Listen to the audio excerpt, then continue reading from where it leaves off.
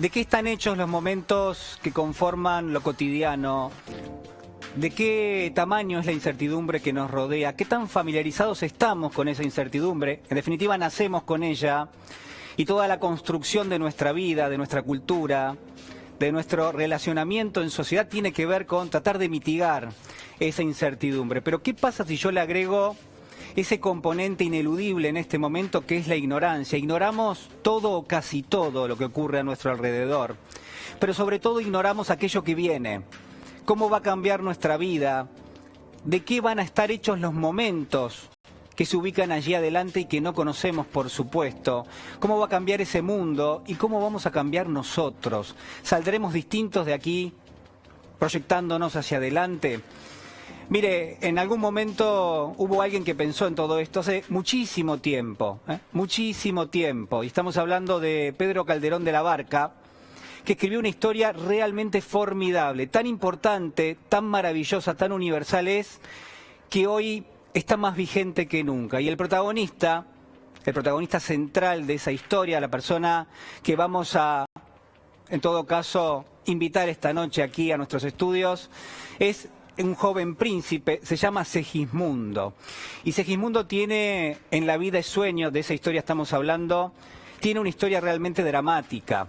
Piense usted que Segismundo prácticamente pasa gran parte de su vida encerrado en una torre, totalmente prisionero, si usted quiere. Esa torre está ubicada en un palacio y la historia de este joven, que yo le digo es realmente triste, tiene quizás un desenlace en todo caso feliz. Pero no me quiero adelantar demasiado. Mire, Segismundo nace, viene al mundo y lo hace de una forma realmente dramática. Yo le decía, ¿por qué? Porque en ese parto, en ese nacimiento, su mamá muere.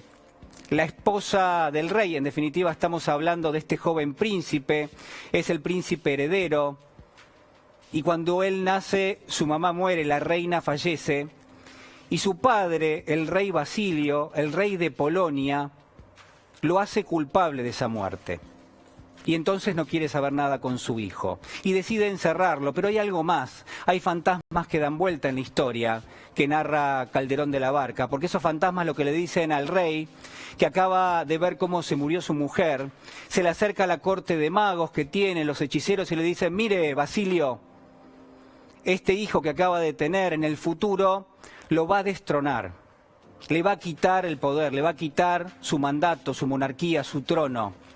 Y no solo eso, sino que además cuando lo haga, va a ser un rey realmente malo.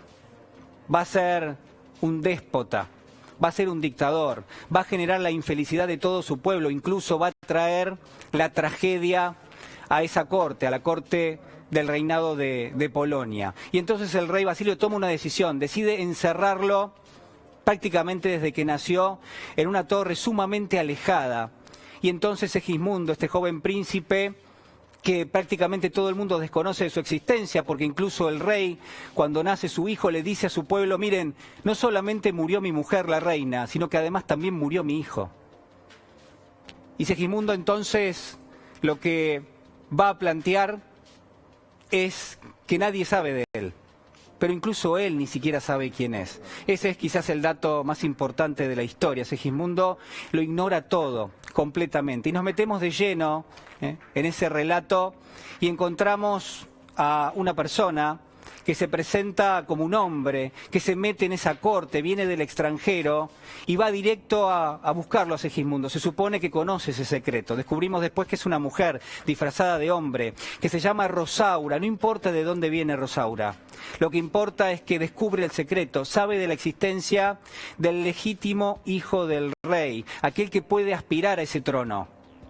Y cuando esto sucede, cuando Rosaura encuentra a Segismundo, cuando se da cuenta de que ha pasado toda una vida en soledad, encerrado, en la más plena oscuridad, cuando eso sucede, los guardias del rey, la custodia del rey la encuentra y también la pone prisionera. Y entonces es un momento de inflexión en la historia. El rey Basilio, que es una persona frágil, que duda permanentemente, pero que sabe muy bien medir sus acciones, decide darle una oportunidad a su hijo. Por primera vez en la historia, decide que Segismundo tiene que tener una oportunidad. Y entonces lo que hace es tomar una decisión. e imagina un plan, y el plan tiene que ver con esto de la vida y también con esto del sueño, porque lo que dice Basilio es: yo le voy a dar una posibilidad a Segismundo, pero estoy seguro que el oráculo, que el hechicero que me dijo una vez que iba a ser un rey terrible, seguramente tiene razón. Y entonces el rey piensa en este plan y lo que hace es narcotizarlo, lo que hace es dormirlo a Segismundo y lo traslada directamente a la corte, al palacio. Ahí lo despiertan y le dicen que es el heredero y que ya tiene que ponerse a gobernar. Él obviamente se ve sorprendido, pero inmediatamente toma el poder y, por supuesto, como usted ya sabe, porque esta historia la hemos leído infinidad de veces a lo largo de la vida y nos la han enseñado incluso en el colegio, que Segismundo se comporta sumamente mal, tal y como estaba preestablecido, tal y como el propio rey Basilio decía que iban a pasar las cosas. Se vuelve un déspota, una persona violenta, trata realmente mal a sus súbditos, hay hechos de sangre, hay hechos de misterio, hasta que finalmente es el propio rey el que decide regresarlo a la torre. Lo vuelven a dormir y lo trasladan a ese lugar en la más absoluta oscuridad. Cuando se despierta, Segismundo abre los ojos, se encuentra con la oscuridad más plena y hay alguien que le acerca una idea y le dice: mirá, todo lo que ha pasado, todo aquello que has imaginado cuando te veías prácticamente comandar la corte, cuando te veías al ejercicio del poder, todo eso ha sido un sueño. Imaginaste que eras un rey, pero en realidad nunca pasó. Y ahí es donde se produce el milagro en la historia. ¿Por qué hay un milagro? Porque siempre hay un milagro. Y en este caso, el momento de inflexión es cuando el pueblo empieza lentamente a enterarse de que existe, sí existe un heredero del trono, que el rey no puede, en todo caso, abdicar, que el rey no puede correrse a un costado para que sea otro, quizás el primo de Segismundo, el que tome el trono. El pueblo quiere que sea Segismundo, quiere darle una nueva oportunidad. Y la historia sigue y el desenlace es claramente feliz. No le quiero anticipar, pero hay un buen desenlace en toda esta historia. Y yo creo que hay un elemento central en todo esto. Y lo que quiero proponerle es quizás que lo imagine conmigo. Yo creo que hay un ciclo de oscuridad en esta historia y que ese ciclo incluye la prueba, el simulacro de ese Segismundo que es puesto prácticamente a manejar los resortes del poder y que se vuelve un déspota, que eso también está dentro de la oscuridad, que todos quizás en algún momento nos equivocamos y que eso también forma parte de un aprendizaje. Y lo que quiero plantearle es si de alguna manera, con esto de la pandemia, de la cuarentena, con esta clausura en la cual asistimos, si no hay una especie de oscuridad en todo esto, si en esa monotonía, en esa repetición no hay ciertamente una oscuridad. Y si, como le pasa a Segismundo, que le llega la oportunidad cuando está sumido en la más absoluta penumbra, si así no nos está pasando a nosotros como sociedad y también como especie, si me permite el término, como portadores de lo que denominamos la condición humana, si no tenemos quizás, y se lo pregunto, ¿no tenemos quizás una nueva oportunidad en este momento? Cuando pase la pandemia, ¿no hemos nosotros mismos generado todo esto que se nos vino encima y que hoy es quizás artífice de la más absoluta oscuridad? ¿No hemos degradado el medio ambiente? ¿No hemos elaborado formas de producción que terminan prácticamente con nuestro hábitat? ¿No nos hemos manejado de forma tal que hay una desigualdad que a todas luces es aterradora? ¿No le parece que la desigualdad es realmente insondable la que tenemos en este momento? ¿Que hay que hacer algo? Por eso lo que quiero plantearle en esta noche es que quizás todos somos un poco Segismundo, que estamos sumidos en una especie de oscuridad y que quizás tengamos una oportunidad más adelante. Y la pregunta es, ¿la vamos a saber aprovechar? En el caso del joven príncipe, él supo aprovecharla. Ocurrió el milagro, por supuesto, en el medio. Hubo alguien que golpeó la puerta de nuevo de ese lugar donde estaba encerrado y le dijo: salí, hacete cargo, reconoce tus errores. Pero hacía algo distinto de aquí en adelante. Y lo que quiero plantearle es si los argentinos no debiéramos hacer algo parecido. Si lo que tenemos hasta aquí, la verdad que hay cosas buenas, pero hay muchísimas cosas malas. Sobre todo la desigualdad, la falta de derechos. Eso que nos recorre por dentro y que genera muchísimo dolor.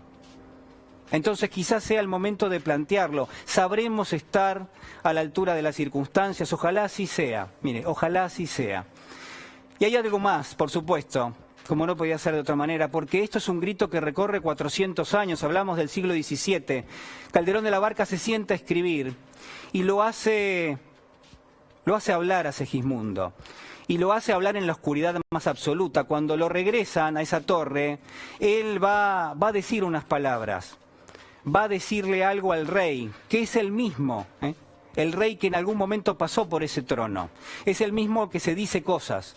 Y lo que yo quiero proponerle en esta noche para terminar es si en gran medida nosotros no somos un poco, o no nos creemos un poco los soberanos de esta historia. Si no hemos sido bastante soberbios, si no hemos sido en algún punto banales de la forma en la que nos manejamos, si no hemos mirado para el costado la terrible desigualdad que hay en nuestro país, y si todo eso no equivale a pensarnos soberanos, soberbios, narcisistas, egoístas. Mire, yo sé que duele, porque a todos nos duele, porque somos corresponsables de esto que tenemos. Y entonces quizás conviene interpretar las palabras de Segismundo de otra manera. Conviene pensarlo como que él nos habla a nosotros y nosotros, que nos creemos reyes, a veces no queremos ni oírlo. Pero Segismundo va a decir estas palabras. Escuche bien. Sueña el rey que es rey y vive con ese mandato gobernando, disponiendo, elaborando. Y este aplauso que recibe prestado en el aire y en cenizas se convierte, la muerte, dice. Que hay quien intenta reinar sabiendo que ha de despertar en el sueño de la muerte.